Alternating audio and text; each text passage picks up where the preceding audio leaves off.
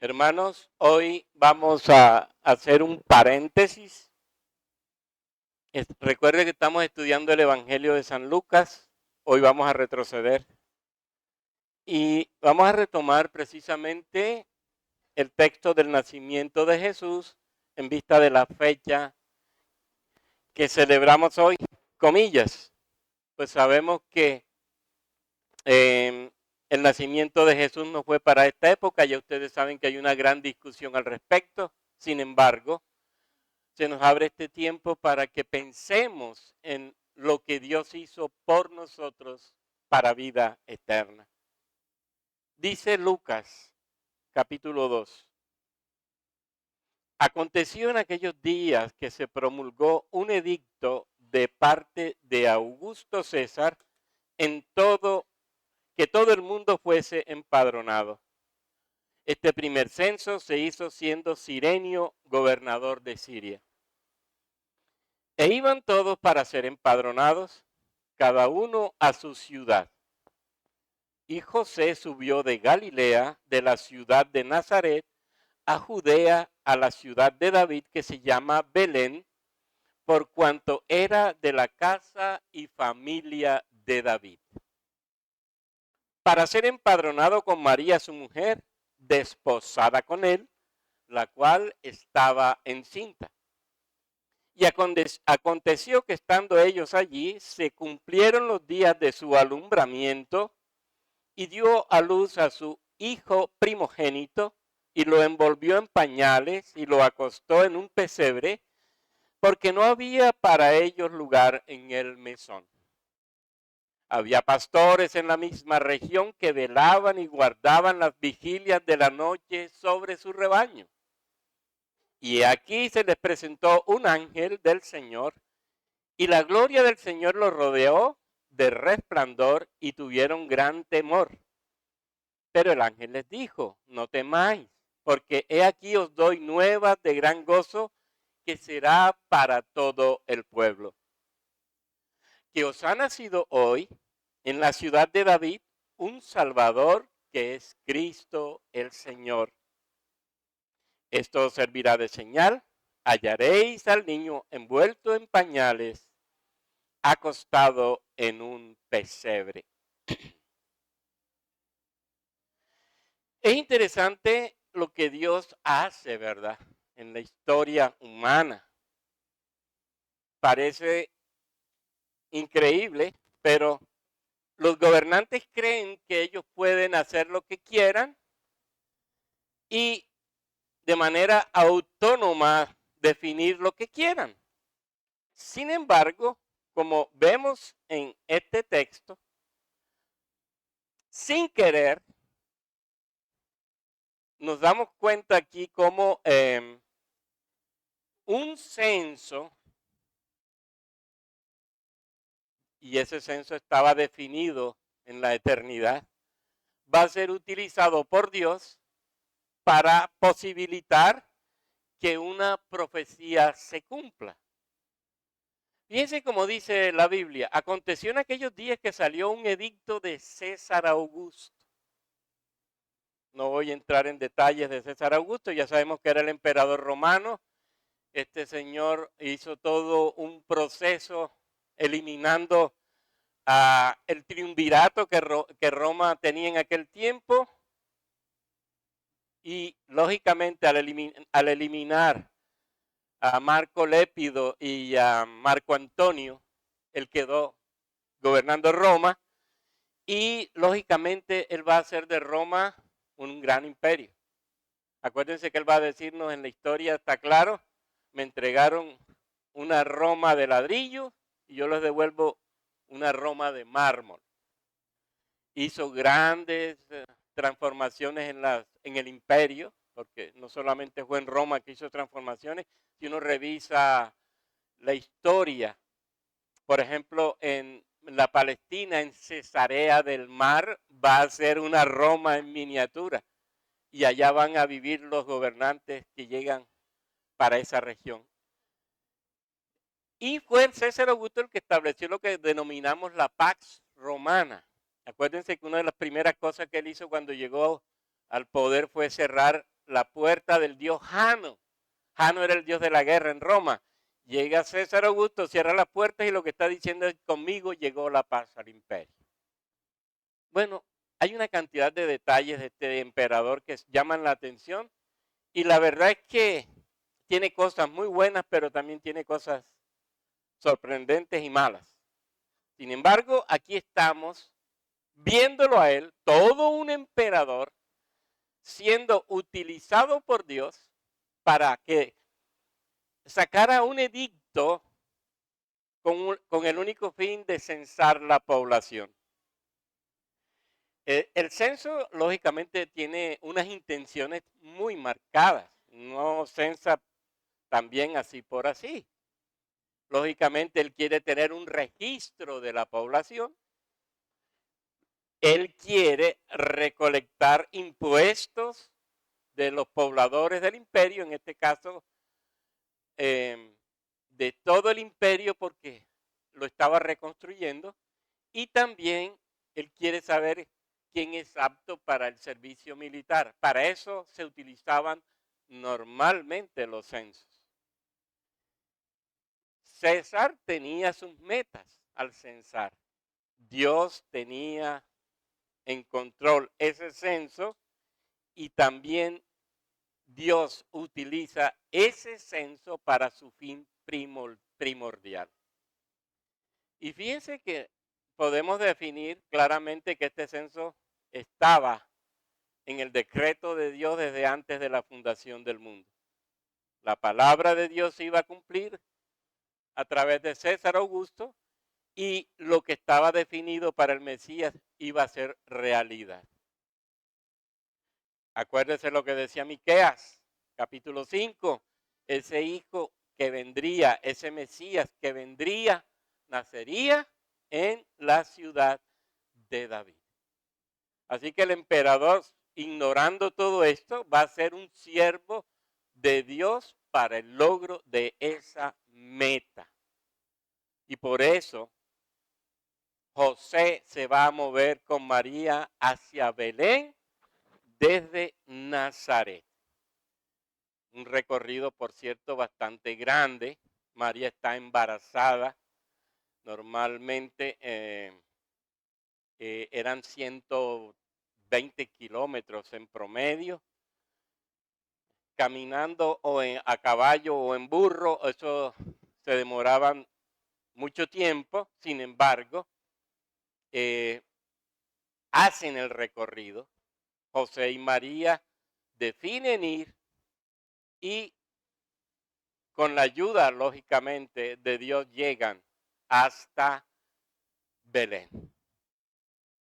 Tengo que aclarar también, los censos se hacían cada 14 años. Hay una discusión, y ustedes la pueden encontrar si estudian el texto, en cuanto a Cirenio. El texto dice que era Cirenio gobernador. Los historiadores dicen que no puede ser Cirenio porque el censo fue en el año 6 antes de Cristo. Sin embargo, cuando uno sigue buscando en la historia, uno se encuentra con una verdad también que es sorprendente. Cirenio ocupó cargos de importancia en la región de Siria, a la que Palestina pertenecía, y él está trabajando en Siria desde el año 10 antes de Cristo, así que no quedaría, no sería sorprendente, mejor que Cirenio estuviera metido en este proceso. Así que este primer censo se levanta siendo Cirenio gobernador o estando en la región de Siria, digámoslo de esa manera. Dice el texto que José era descendiente de David y vivía en Nazaret. Aquí hay otra discusión entre los historiadores. Ellos dicen que no estaba definido en la historia de Roma que cada poblador tenía que irse a su ciudad de origen para censarse. Bueno, también en la historia uno encuentra documentos en donde se nos muestra que sí era común este tipo de situaciones.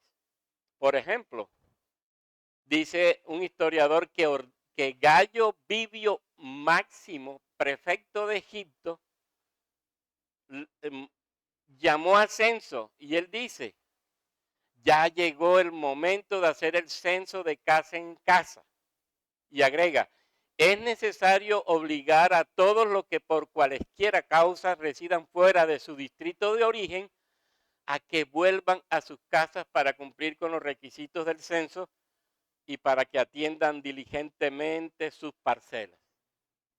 Es decir, estos escritos históricos, digamos que echan abajo lo que algunos historiadores dicen. Sí era posible también que se llamara a un censo y que cada quien se dirigiera a su lugar de origen cuando del censo se tratara. Así que, repito, María y José van hacia Belén, una larga jornada, y lógico, el largo trecho para una mujer encinta hace que este viaje sea más demorado. Sin embargo, repito, insisto, ellos llegan.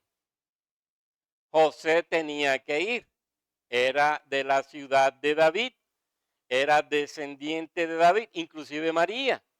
Y por ser él de la casa y de la familia de David, viaja a Belén. Acuérdense que esa promesa está dada desde Abraham, luego a su hijo Isaac, luego a Jacob y luego a las 12 tribus. Y la tribu de Judá, lógicamente, fue la escogida para ser la casa de David en sentido estricto. Así que se cumplieron se cumplió el día del censo, ellos ya están allí y lógicamente se presentarán ante las autoridades establecidas. José quiere hacer las cosas bien y así sucede. Ahora, Lucas nos sigue narrando y nos muestra cómo estando allí, dice el texto, se cumplieron los días de su alumbramiento. Se cumplieron los días de su alumbramiento. Es interesante también mencionar que eh, Dios escoge a quien quiere, como quiere y cuando quiere. Piense que primero escoge a una mujer de Nazaret para ser madre de su hijo. Nazaret es una ciudad perdida, nadie la conocía. Uno revisa la historia y yo les decía a ustedes, Flavio Josefo, que era un historiador cuidadoso, ni siquiera menciona a Nazaret de una lista de más de 100 ciudades que él menciona en su texto. De allí va a salir la madre del Mesías. Y lógicamente también vamos a entender cómo Dios va a enviar a esa mujer para que en otra ciudad, en otra aldea perdida, nazca su hijo. Bueno, María, ¿por qué no fue escogida de las mujeres de Jerusalén? ¿Por qué no fue escogida de las mujeres de Séforis, la capital de Galilea que tenía tanta fama? No, a Dios no le plació eso, simplemente tomó a una pobre, sencilla mujer de una aldea perdida. Y va a hacer que su hijo nazca en otra aldea perdida. ¿Por qué no nació Jesús en Jerusalén, la gran ciudad santa? ¿Por qué no nació en Roma? ¿Por qué no nació en Cesarea del Mar, una ciudad tan cómoda y con tanto lujo y con tanta ayuda? No, tampoco. Jesús va a nacer en un poblado que nadie tampoco conocía. Fíjense, no escoge a una mujer de gran ciudad, no escoge el origen a esa mujer de un gran pueblo, tampoco la pone en una ciudad famosa para que sea allí el nacimiento de su hijo. Fíjense ya cómo Dios está diciendo un mensaje claro, fuerte. La humildad es clave dentro de la vida de fe. La humildad, la sencillez. Escogió una que no aparecía ni en el mapa, Belén, y así estaba lógicamente profetizado. Allí da a luz a su primogénito, a su primer hijo. Fíjense que utiliza la palabra clara, primogénito. Y eso es clave para entender que ella va a tener más hijos. Dice, lo envolvió en pañales, lo acostó en un pesebre porque no había para ellos lugar en el mesón. Otra verdad que ya sabemos. Yo les comenté una vez que no es posible pensar que José, siendo de Belén, no tenga familiares, amigos, seres queridos que le puedan abrir las puertas de su casa. Eso es ilógico. Pero hay una realidad que sí está mostrando José, y es que lleva a una mujer embarazada que está a punto de parir. Acuérdense, las casas de aquel tiempo eran de una sola habitación donde dormía mucha gente. No puedo poner a dormir a una mujer que está para parir en medio de tanta gente porque hay derramamiento de sangre. Y si hay derramamiento de sangre, existe la posibilidad de contaminación. ¿Se acuerdan de eso? De generar impureza. Por eso toda mujer que iba a parir en aquel tiempo tenía que buscar un lugar solo, un lugar aparte. No encontró lugar en el mesón no porque no tuviera dónde quedarse, sino porque como era censo todo estaba lleno y sus familiares estaban también repletos en cuanto a gente se refiere, tenía que buscar un sitio donde María no generara problemas si paría. Y así va a ser. La gente evitó que María tuviera un parto en una casa normal. El censo propició mucha gente, generó mucha gente. Y la obligación de José era buscarle sitio aparte. Y lógicamente hayan un pesebre. Hayan un lugar en donde va María a tener a su hijo. Y fíjense que allí en ese pesebre, otra vez, nace el Hijo de Dios. Fíjense, no solamente en un poblado pequeñito, en un poblado que nadie conocía, sino que además nace en un pesebre, en un sitio, y pónganse a pensar, es el Rey de Reyes, es el Señor de señores, es el Mesías de Dios, es el soberano del universo. Y miren dónde están naciendo, en un pesebre. La cuna hecha de paja y ahí expuesto. Y fíjense que esto va a ser la señal que le va a dar el ángel a los pastores. El pesebre y allí el niño acostado. Esto servirá de señal, hallaréis al niño envuelto en pañales, acostado en un pesebre, va a decir el texto de Mateo.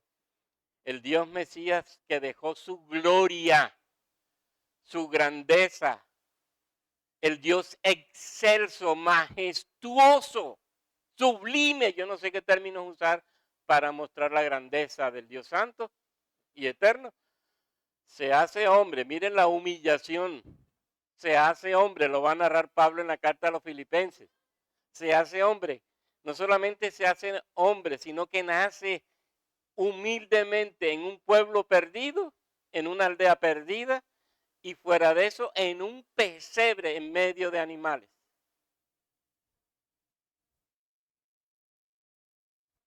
Increíble, bueno, increíble no, sorprendente más bien, porque las cosas que hace Dios son así. Un pesebre fue el lugar del parto y un montón de paja fue la cama sencilla, la cuna sencilla del Rey de Reyes y del Señor de Señores. Y lo que nos va a mostrar la Biblia es que van a ser como pobre y va a vivir como pobre, en sencillez y en humildad. El mensaje que nos está dando el nacimiento del Señor es fuerte y claro para la vida cristiana. Si eres cristiano y todavía hay orgullo en tu vida, yo creo que ya es hora de que lo dejes de lado. Y si no has entendido el Evangelio tal como el mismo Señor nos lo narra, entonces no estás viviendo el cristianismo al que has sido llamado por gracia. Y fíjense que la sencillez, la humildad va a ser el ingrediente primario en Cristo Jesús, en la vida de Cristo Jesús. El más humilde, el más sencillo. Y por eso siempre va a ser el mensaje de la Biblia para nosotros, tratando a los demás como superiores a ti mismo. Ya basta de ese corazón orgulloso. ¿Hasta cuándo? ¿Hasta cuándo te vas a creer más que otro? ¿Hasta cuándo? ¿Hasta cuándo vas a permitir que tu perverso corazón se siga imponiendo sobre ti y sigas tratando a los demás como nada? ¿Hasta cuándo? Si el Mesías de Dios te está diciendo y nos está diciendo desde hace mucho, vive una humildad que yo mismo te enseñé y que debe caracterizar tu vida. Porque yo, el Dios de los cielos, viví en humildad. Y no puedo esperar de mi pueblo otra cosa que no sea la humildad. El nacimiento de Cristo desde ya nos está mostrando cómo el Dios de los cielos es el Dios perfectamente humilde, perfectamente sencillo. Es el Dios que no tiene sangre azul. Entiéndalo de esa manera. No tiene sangre azul.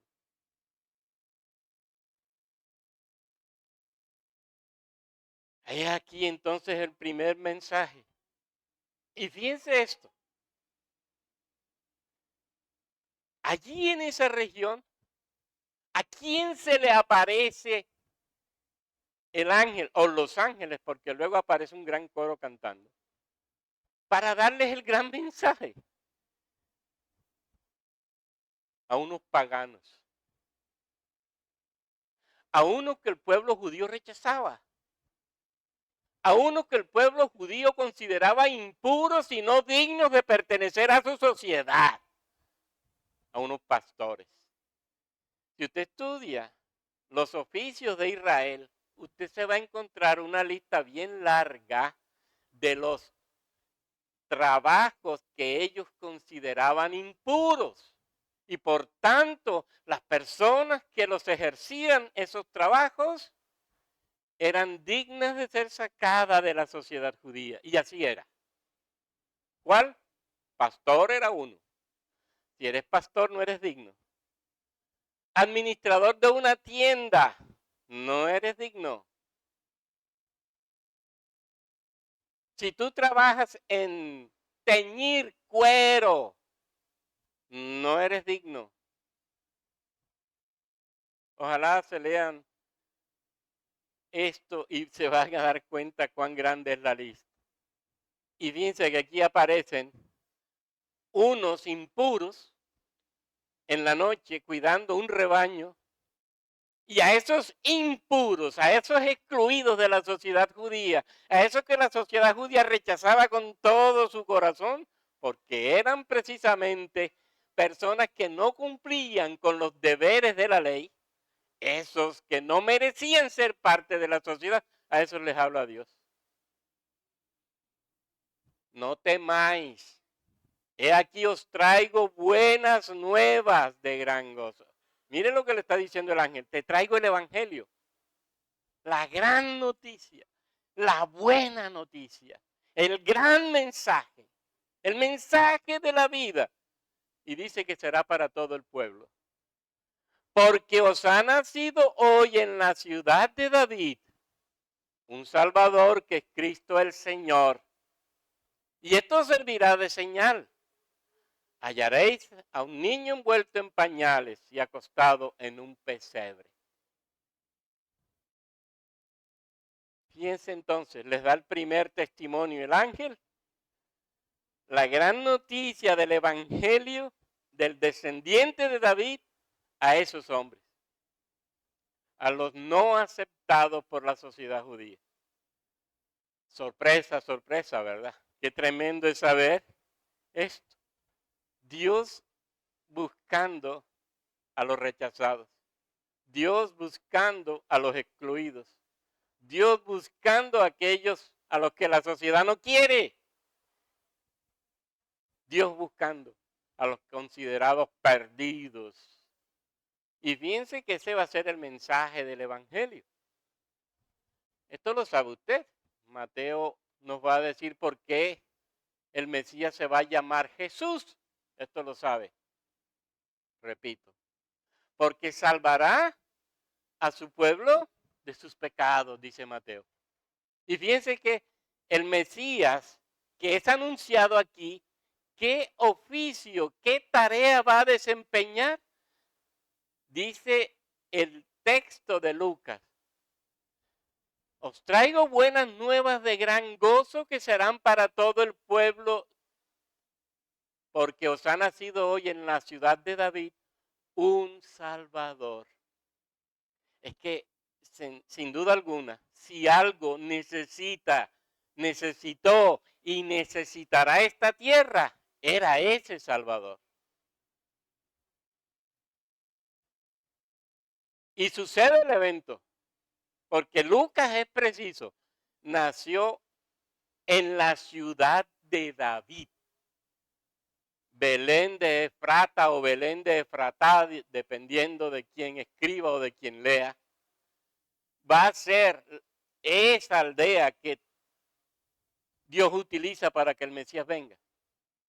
Una ciudad real, una aldea real, no es inventada, no es ahistórica, no.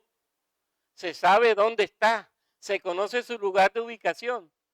Si usted lee la geografía de Palestina, le van a decir, mire, Belén estaba al sur de Jerusalén a unos 10 kilómetros aproximadamente. Es decir, se sabía el lugar y se sabe el lugar donde está. El Mesías, el Hijo de Dios, nace en un lugar terrenal concreto, Belén de Judá, al sur de Jerusalén, a 10 kilómetros promedio. Y va a decir Lucas, y ese que nació es Salvador. Es Salvador. Claro, ya sabemos también esto. El peor mal del ser humano no es ni la economía, no es la salud, no es la educación. El principal problema no es ninguno de ellos. El principal problema del hombre se llama pecado. El gran problema del hombre, y esto lo sabe usted, se llama pecado. Y por eso el Mesías viene. ¿Para qué? Para salvar. ¿Para salvar de qué? De la condenación eterna generada por el pecado. Tú y yo lo necesitábamos, porque tú y yo estábamos en pecado y porque tú y yo íbamos para el infierno. Y gracias a este Mesías y por la gracia misma, pudimos conocerle, pudimos entregarle nuestra vida y hoy, por esa gracia, estamos donde estamos en la iglesia de Cristo. Y este mensaje ahora nos toca a nosotros predicarlo para que otros puedan también unirse a la iglesia de Cristo y experimentar la vida eterna, experimentar la salvación. Si nosotros no somos responsables de la predicación del Evangelio, somos responsables de la muerte de muchos. Algunos no quieren aceptar eso. Y hay una discusión bien interesante al respecto. Tenemos que hacer el trabajo de ir al mundo y predicar el Evangelio para que muchos crean y se conviertan, porque muchos, si los dejamos allí, se morirán eternamente. Por eso el Evangelio salvará a muchos por la misma gracia. Y por eso, insisto, ha nacido el Salvador. ¿Qué celebramos hoy? ¿Qué recordamos hoy? Si no eso. Qué alegría saber que vino el Salvador y te salvó y me salvó. Qué alegría hoy saber que hace un tiempo estábamos en el infierno y hoy por esa gracia gozamos de la plenitud de la vida eterna. ¿No te parece eso suficiente para que por amor llevemos el evangelio a otras criaturas? Y que ellos también experimenten esto que nosotros experimentamos. Lo que decíamos esta mañana en la escuela dominical. Gritamos ser iglesia. ¿Pero qué iglesia? ¿Una iglesia que no predica? ¿Una iglesia que no enseña? ¿Una iglesia que no aconseja? ¿Una iglesia que no consuela? ¿Una iglesia que no atiende al pobre, al huérfano, a la viuda? ¿Eso es ser iglesia? No, ser iglesia implica poner nuestro corazón al servicio de los hombres como adoración por la salvación recibida por gracia por el Mesías de Dios. Eso es ser iglesia. Y nos toca hacerlo. El Mesías descendiente de David vino a los hombres para salvarnos de la muerte que produce el pecado. No a otra cosa. Le pondrás por nombre Jesús, porque salvará a su pueblo de sus pecados. Y lo repetiremos 1,000 veces más, porque esa es la tarea del Mesías. A eso vino. Ese es el peor de los males, que no se nos olvide nunca. El peor mal es el pecado y nos domina tanto que nos ciega al punto que estamos en pecado y no vemos el pecado. Qué peligro tan grande. Pero ese Mesías no es solamente Salvador, dice Lucas, es el Señor, el Kyrios, el soberano del universo, el que tiene el control de todo, el que lo domina todo. Y es una función exclusiva del Mesías. Bueno, del Dios Trino. El Mesías es Señor. Y Señor implica precisamente dominio. Implica precisamente control de todo lo que existe. Y Señor implica sometimiento a su autoridad. Y Señor implica que no tenemos libertad. Porque eso es lo otro. Todavía creemos que tenemos libertad para hacer lo que queramos. Si tú tienes en tu corazón esa idea de creerte libre, así sea en una pizca de tu vida, está fallando. Porque Dios no te pidió mucho, Dios te está pidiendo todo. Y si tú todo no eres siervo de Cristo, entonces estás en problemas. Y tu cristianismo está en tela de juicio. Dios te quiere todo para Él. Y quiere tu obediencia toda para Él. Nosotros no somos dueños de nosotros mismos. Eso es claro en la Escritura. Cristo es nuestro Señor, Cristo es nuestro amo, Cristo es nuestro dueño, Cristo nos domina todo sobre todo. Entonces, ¿dónde está nuestra libertad? En Cristo. ¿Y qué hacemos? Lo de Cristo.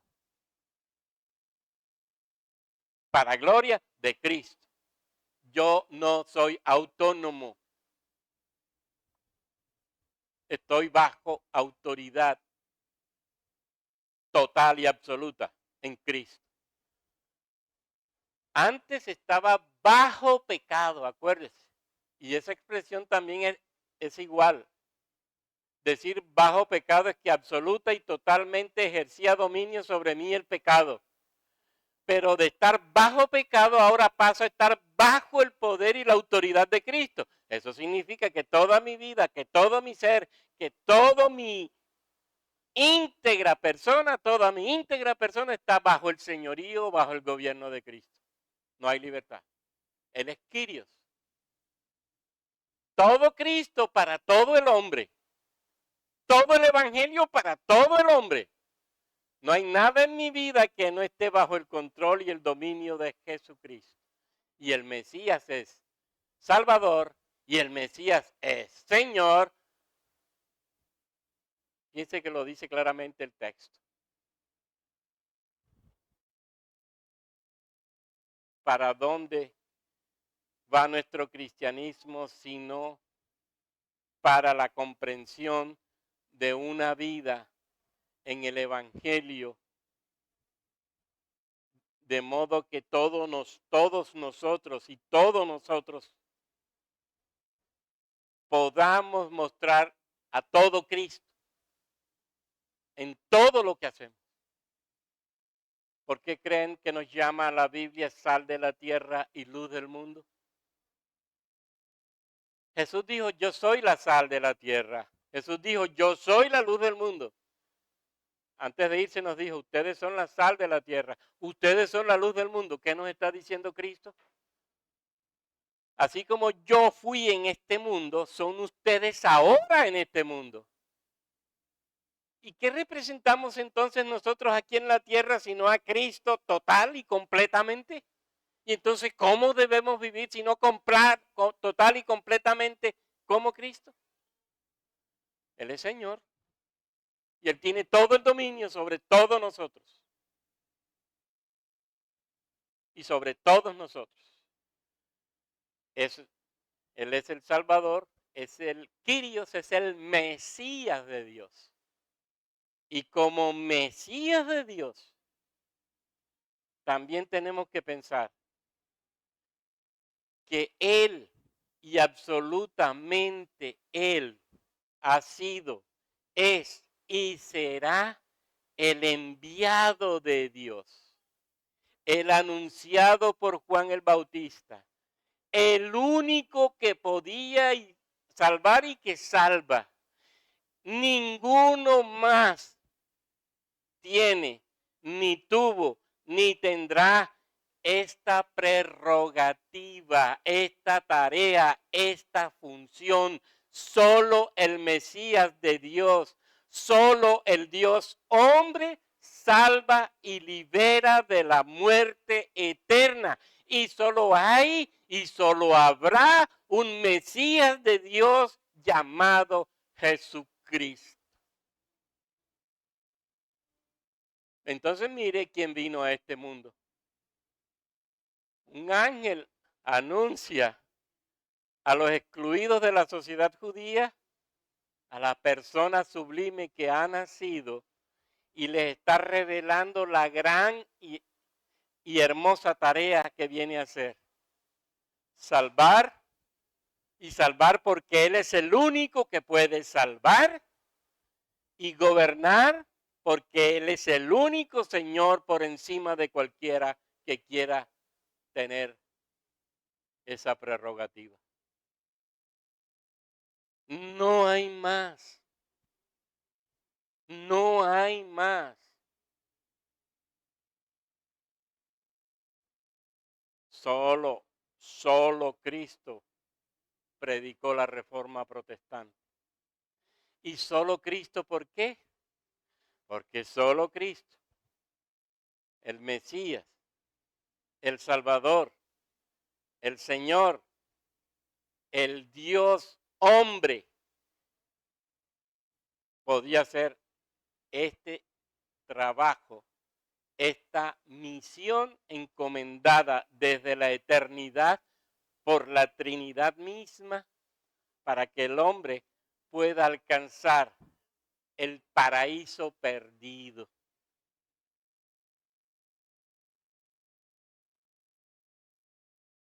¿Qué celebramos entonces en Navidad si no es? Esto también lo sabe usted. Yo simplemente estoy recordando una verdad para que no se nos olvide nunca. Porque es triste ver que se celebre una Navidad perdiendo el sentido de la celebración. Y aunque no sea esta la fecha, y usted puede darse cuenta que fechas han dado muchas. Si usted revisa la historia y empieza a ver los estudios que se han hecho en el tiempo sobre cuál es la fecha de la Navidad, mire, yo encontré, un grupo dice el 2 de enero, otro grupo dice el 6 de enero, otro grupo dice el 21 de marzo, otro grupo dice el 25 de marzo, otro grupo dice el 18 de abril, otro grupo dice el 20 de mayo, otro grupo dice el 17 de noviembre, y cada uno tiene su explicación y su argumentación.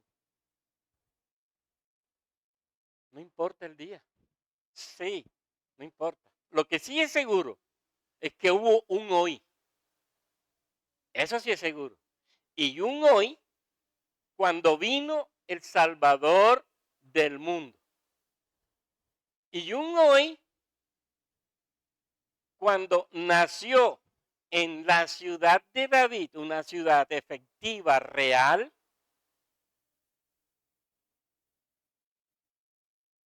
Y mire los términos, un hoy, una ciudad donde nace el Mesías, el Señor, el Salvador. Suficiente. Lucas, suficiente, me queda claro, por la gracia. El Mesías vino. El Mesías estuvo con nosotros, pero el Mesías sigue estando con nosotros. Y el Mesías seguirá estando con nosotros y nos salvará hasta que nosotros lleguemos al cielo o nos lleve el Señor antes. Eso es seguro. Eso es lo que tenemos que celebrar. Vino el Mesías, vino a esta tierra y vino a salvarte y vino a salvarme. Y eso es suficiente para que yo tenga que pensar seriamente en mi cristianismo y para que yo tenga que pensar con toda certeza y con toda responsabilidad la forma de vida que yo debo tener al ser parte del reino de los cielos por ese Mesías que me salvó. El cristianismo no es un juego, el cristianismo no se puede tomar a la ligera. El cristianismo es un estilo de vida y un estilo de vida bien serio en donde tú y yo, con todo lo que hacemos, glorificamos a Dios. Todo lo que hagas de palabra o de obra, hacerlo todo para gloria de Dios. Y no más. Y dejémonos de andar inventando cosas que no son. El cristianismo o es o no es. Y la única verdad que entendemos del cristianismo es esta. Y una verdad certera. Él nos salvó, Cristo nos salvó. Cristo nos redimió de la maldición de la ley, del pecado y de la muerte. Cristo nos puso en su reino. Cristo nos dio su espíritu. Ahora Cristo dice, víveme y vive como yo. Eso es lo que tenemos que entender hoy. Y eso es lo que tenemos que vivir hoy en este tiempo y hasta siempre. Y entonces seremos sal y seremos luz para gloria y honra de su nombre. Finalmente, hermanos,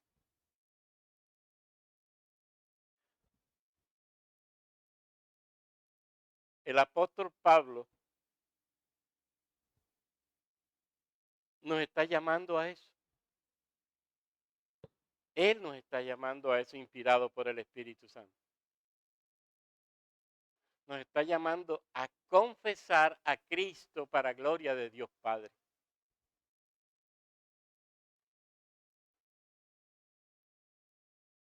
Un comentarista reformado escribió, no hay un solo centímetro cuadrado, en todos los dominios de la existencia humana sobre el cual Cristo, que es Señor, Salvador, Redentor, soberano sobre todo, no clame, es mío y me vive a mí.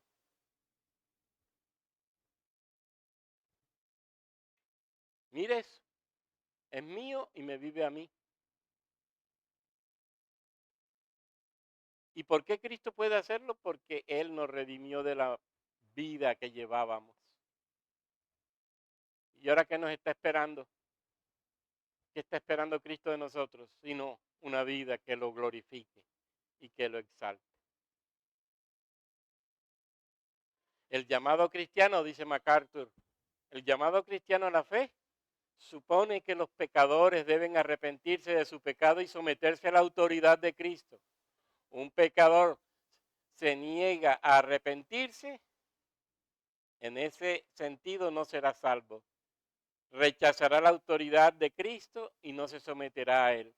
Uno que ha entregado su vida a Cristo, se ha arrepentido y vive a Cristo, se convierte en otro Cristo.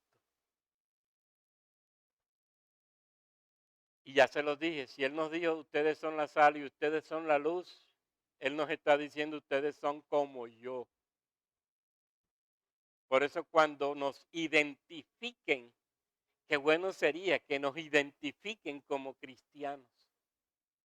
A veces para que nos identifiquen como cristianos, nosotros tenemos que decir, yo soy cristiano, porque nuestra conducta no refleja el cristianismo. Nuestra manera de hablar, de desenvolvernos, de pensar, no refleja el cristianismo. Y por vergüenza tenemos que decir, mire, yo soy cristiano. Qué triste. ¿Por qué no nos descubren por cómo somos? Por cómo hablamos, por cómo vivimos, por cómo nos desenvolvemos. Que vean nuestra sencillez, que vean nuestra humildad, que vean nuestro servicio, que vean nuestro carácter santo, que vean que sí somos lo que decimos que somos y no simple teatro, apariencia, hipocresía. Cristo nos llama a ser como Él y eso es suficiente. O somos como Cristo o no servimos. No más. Y que sea el Señor ayudándonos, sobre todo en este tiempo en el que recordamos su venida primera. Vino a salvar, vino a salvarte, vino a salvarme. Nos salvó, glorifiquémosle. Y a ese Dios trino y a ese Dios uno, gloria, honra y alabanza por siempre. Amén. Padre nuestro, Dios eterno y santo, te alabamos y te bendecimos por este día, 24 de diciembre. La sociedad celebra, recuerda tu venida a este mundo, oh Cristo. En un tiempo que no es tu tiempo de venida, pero qué bueno que hay un día. Y qué bueno saber que hubo un hoy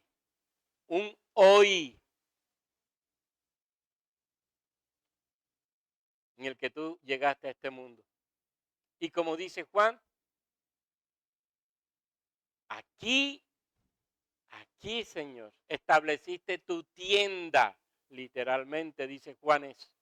Aquí viniste a vivir con nosotros. Y aquí viniste a ejercer todo tu ministerio para salvación y redención y propiciación nuestra, de nuestros pecados. Gracias Cristo por venir. Gracias Cristo por mirarnos a nosotros, a cada uno de nosotros con ojos de misericordia. Gracias Cristo por darnos a cada uno de nosotros tu gracia. Gracias Cristo por darnos la salvación eterna. Gracias Cristo por darnos tu Espíritu Santo. Gracias Cristo por dejarnos tu palabra como fundamento de vida. Gracias Cristo por dejarnos la misión de ser como tú en este mundo. Gracias Cristo porque quiere que nosotros resplandezcamos mostrando la luz tuya en este lugar donde nos has puesto y en cada lugar donde tú nos has puesto. Gracias Cristo porque viniste una primera vez como Señor, Salvador, Redentor, Mesías. Gracias Cristo porque vendrás por segunda vez a rescatar a tu pueblo, a llevar a tu pueblo a la eternidad, pero para ejercer juicio también sobre aquellos que no creyeron en ti y que prefirieron la muerte eterna a tu gracia y a tu misericordia. A ti Dios Trino, a ti Dios Uno, gloria, honra y alabanza por siempre. Amén, Señor. Amén. Hermanos, Dios les bendiga.